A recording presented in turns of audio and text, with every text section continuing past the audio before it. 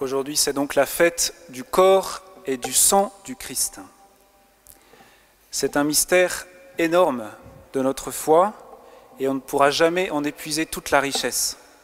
Jésus nous donne sa chair à manger et son sang à boire. C'est quand même quelque chose de complètement dingue. Alors sans doute, la plupart d'entre vous, vous êtes habitués à cela, vous avez grandi dans un milieu chrétien, vous êtes habitués à ça, mais imaginez-vous ce que ça veut dire pour quelqu'un qui n'est pas initié. Et peut-être il y a parmi vous certaines personnes qui vont rarement à la messe, ou peut-être c'est la première fois qu'ils entrent ici et qu'ils entendent une liturgie catholique. Jésus nous donne sa chair à manger et son sang à boire. Comme le transmettait saint Paul dans la deuxième lecture, Jésus, à la veille de sa passion, nous a donné son corps à manger et son sang à boire.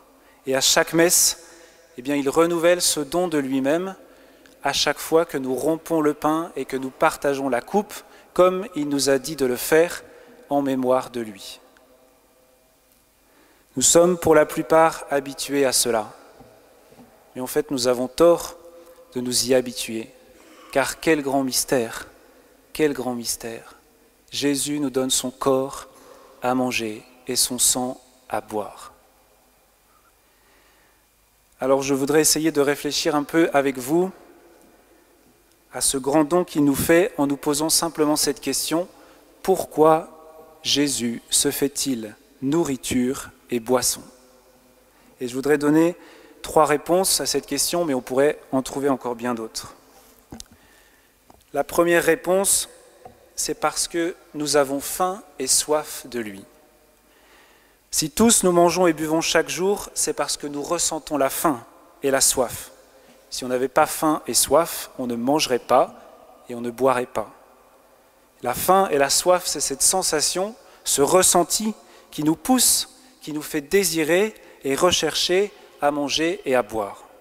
Et lorsqu'on a mangé et bu, on est rassasié, on est désaltéré et c'est agréable. Notre besoin est assouvi, notre désir est comblé.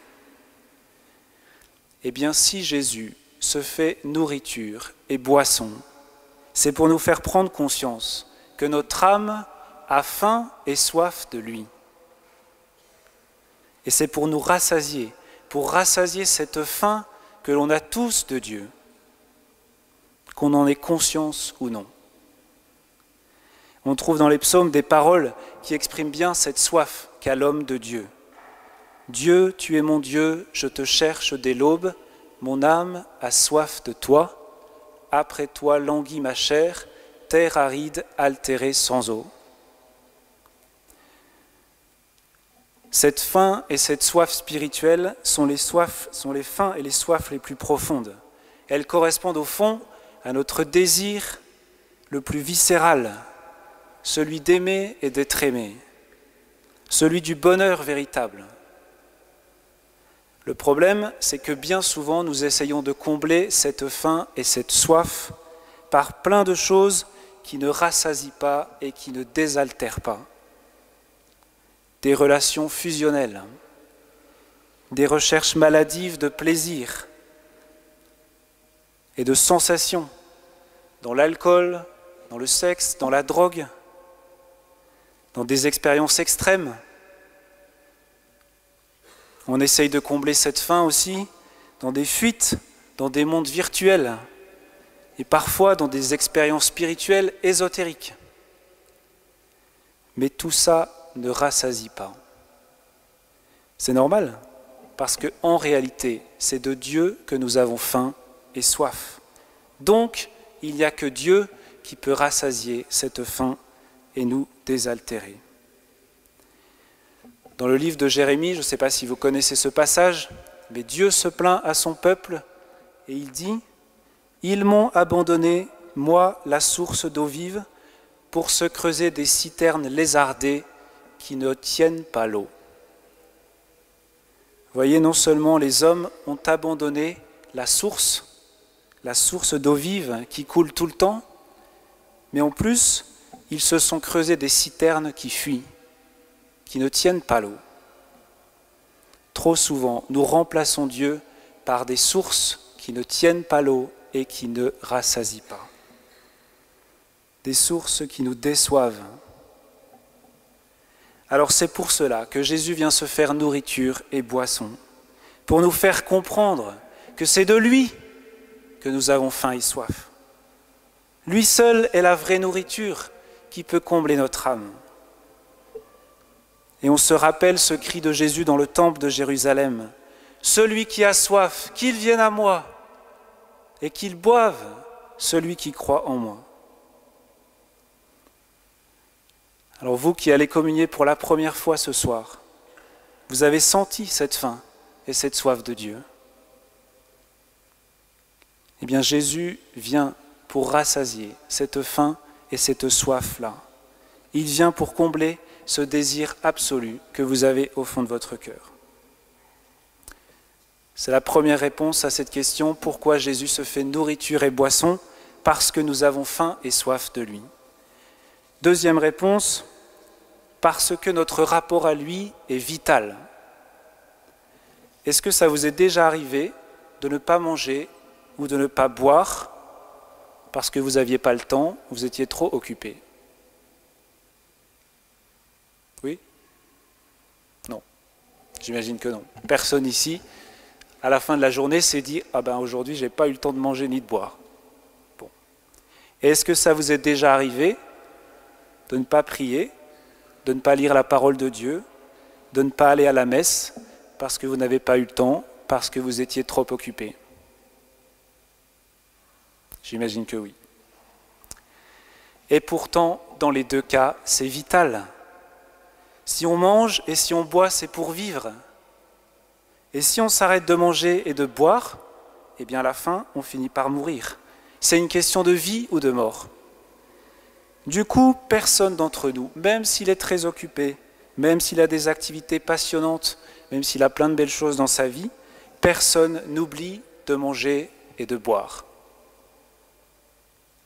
Eh bien, voyez, si Jésus se donne à manger et à boire, c'est pour nous faire comprendre que notre rapport à lui est vital, aussi vital que l'est la nourriture et la boisson pour notre corps.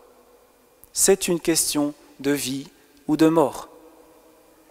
D'ailleurs, Jésus le dit très clairement ailleurs dans l'Évangile, « Si vous ne mangez pas ma chair et si vous ne buvez pas mon sang, vous n'aurez pas la vie en vous. » Il ne dit pas votre vie sera moins bien, ce sera plus difficile, voilà. Non, vous n'aurez pas la vie en vous. De même que la nourriture terrestre donne la vie biologique, de même la nourriture céleste donne la vie spirituelle, la vie éternelle. Si on arrête de manger ou de boire, on meurt biologiquement. Si on arrête de manger et de boire spirituellement, la nourriture que Dieu nous donne, eh bien, on meurt spirituellement. Cela veut dire que même si vous êtes très occupé, même si vous avez plein d'occupations passionnantes, vous ne devriez jamais passer une journée sans avoir pris le temps de nourrir votre âme. Et sa nourriture, c'est Dieu. Si vous compreniez et ressentiez à quel point c'est vital de manger et boire ce que Dieu vous donne, ça ne serait même plus une question, ce serait comme un réflexe, le même réflexe que l'on a à manger et à boire chaque jour. Personne ne se dit « Bon, est-ce que j'ai le temps aujourd'hui de manger et de boire ?» Personne ne devrait se dire « Est-ce que j'ai le temps aujourd'hui de prier ?» C'est parce que notre rapport à lui est vital que Jésus se fait nourriture et boisson. Vous qui communiez ce soir pour la première fois, vous comprenez bien que c'est la nourriture pour votre âme que vous recevez. Et plus vous mangerez ce que Dieu vous donne, plus vous aurez la vie de Dieu en vous. Votre âme a besoin de se nourrir chaque jour et c'est vital. Chaque jour, Dieu, il a de quoi vous nourrir et chaque jour, il veut vous nourrir. Alors prenez le temps de le recevoir. C'est la deuxième réponse à cette question, pourquoi Jésus se fait nourriture et boisson? Parce que notre rapport à lui est vital. Troisième réponse, parce qu'il veut entrer en relation intime avec nous-mêmes et nous transformer en lui. Jésus se fait nourriture et boisson parce que c'est le meilleur moyen qu'il ait trouvé, et c'est un moyen inouï pour entrer en relation avec nous, pour nous unir, pour s'unir à nous. Non seulement Dieu, lui qui est le créateur de l'univers, l'être éternel, absolu, au-delà de tout ce qu'on peut dire, non seulement ce Dieu-là, il est descendu dans le monde, dans le temps,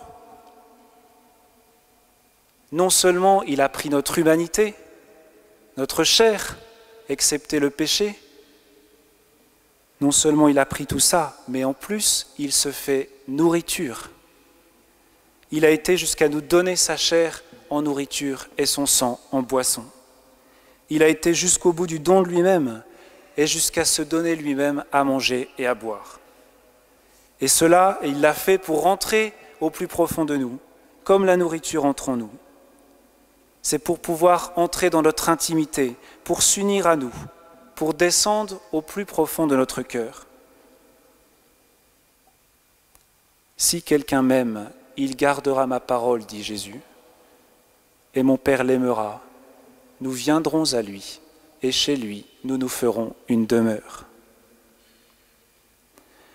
Seulement, il y a une différence entre la nourriture matérielle et la nourriture spirituelle. La nourriture terrestre, à l'intérieur de nous, elle se transforme en nous-mêmes, elle devient nous-mêmes. C'est cette nourriture qui est transformée pour donner de l'énergie à nos cellules, pour que ces cellules soient renouvelées, etc. Je ne suis pas médecin, je ne vais pas vous faire un cours de biologie, mais en gros c'est ça. Mais la nourriture que Jésus nous donne, c'est l'inverse. Son corps qu'il nous donne à manger, eh bien c'est nous qui sommes transformés en lui. C'est nous qui sommes transformés en son corps. Et plus nous le recevons, plus nous sommes transformés, plus nous devenons ce que nous recevons, le corps du Christ. Vous connaissez ce chant qui reprend les paroles de saint Augustin ? Devenez ce que vous recevez, devenez le corps du Christ. Voilà, c'est ça. Devenir ce que nous recevons, le corps du Christ. La finalité ultime de la communion, de la messe, ce n'est pas seulement que nous entrions en relation intime avec Jésus, mais c'est que nous soyons transformés en son corps. Et son corps mystique, c'est l'Église. L'Église, ce n'est pas d'abord une institution humaine pleine de défauts, mais c'est le corps mystique du Christ.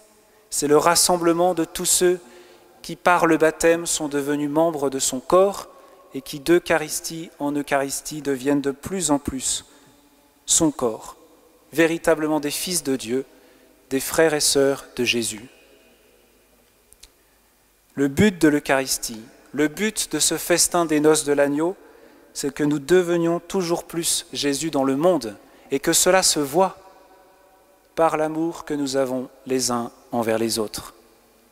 Nous sommes frères et sœurs par l'Eucharistie. Et si cela ne se voit pas, à quoi cela sert-il de venir à la messe ? À rien. Vous qui allez communier pour la première fois, ce soir, eh bien réalisez vraiment cela. Jésus va venir au plus profond de vous-même pour que vous soyez transformés en lui. Il veut faire de Dieu votre Père et de Jésus votre frère. Et de chacun de vous toujours plus des fils et des filles de Dieu et des frères et sœurs dans l'Église. Troisième réponse à cette question, pourquoi Jésus se fait nourriture et boisson ? Parce qu'il veut entrer en relation intime avec nous et nous transformer en lui. Alors, chacun de vous peut maintenant se poser ces questions. Comment mieux nourrir et abreuver mon âme de Dieu ? Comment mieux et davantage recevoir cette nourriture que Jésus me donne ? Eh bien, pour ceux qui n'ont pas encore mis ça en place dans leur vie, venez à la messe tous les dimanches. sans exception. Même pendant les vacances, même quand vous êtes en voyage, même quand il y a un mariage le samedi, ça ne remplace pas la messe du dimanche. Jésus vous attend. Ne pas venir à la messe, c'est lui poser un lapin. Il veut vous nourrir. Donc la messe du dimanche, s'il vous plaît, Jésus vous attend. Et pour ceux qui vont à la messe tous les dimanches, eh bien, il y a la messe tous les jours. On peut aller à la messe une fois dans la semaine. Ça dure moins longtemps en plus, une demi-heure, ça va. Bien sûr, de temps en temps, si c'est possible avec votre devoir d'État, il ne s'agit pas de faire le bigot alors qu'on a plein de choses à faire. Bon. Mais on mange bien tous les jours. Et tous les jours, Dieu prépare la table pour nous. Et enfin, pour tous, voilà, quelle que soit l'étape où on en est dans notre vie chrétienne, eh bien, Dieu nous invite chaque jour à le rencontrer dans la prière et dans sa parole. Vous ne pouvez peut-être pas venir tous les jours à la messe, et certains peut-être ne peuvent pas encore communier, mais vous pouvez toujours lire et écouter la parole de Dieu, dans le silence. Vous pouvez toujours prier chez vous, ou venir adorer le Saint-Sacrement, ici ou ailleurs. La parole de Dieu, c'est une vraie nourriture. Et d'ailleurs, l'Eucharistie, c'est quoi? C'est la parole de Dieu faite chair. C'est Jésus. C'est le même Jésus qui se donne dans le pain de la parole et qui se donne dans le pain eucharistique. Il y a cette parole de l'Écriture bien connue aussi. L'homme ne vit pas seulement de pain, mais de toute parole qui sort de la bouche de Dieu. Est-ce que vous vous faites ce cadeau de lire chaque jour la parole de Dieu? Est-ce que vous vous faites ce cadeau? Est-ce que vous avez déjà lu un évangile en continu? Oui? Qui a lu l'évangile en continu? Ok. Pas beaucoup, mais il y en a. Alors ceux qui ont déjà eu l'évangile, vous pouvez lire une lettre de Saint Paul ou lire un petit prophète de l'Ancien Testament. Mais ceux qui n'ont jamais fait cette expérience de lire l'évangile en continu, lisez l'évangile. Vous lisez un chapitre par jour. Mais c'est la parole de Dieu, c'est une nourriture, c'est bon. C'est bon pour votre âme. Dieu veut vous nourrir. Alors ouvrez votre Bible. Ne laissez pas moisir la Bible sur une étagère comme on laisse moisir des restes au frigo.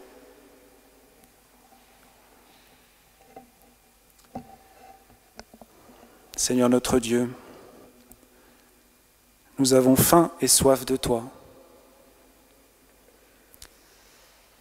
Tu nous as envoyé Jésus pour nourrir notre âme. Il est ta parole faite chair.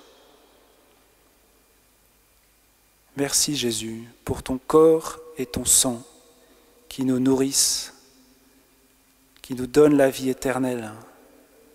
Seigneur, donne-nous d'avoir faim de cette nourriture-là, de ne pas chercher ailleurs à combler cette soif.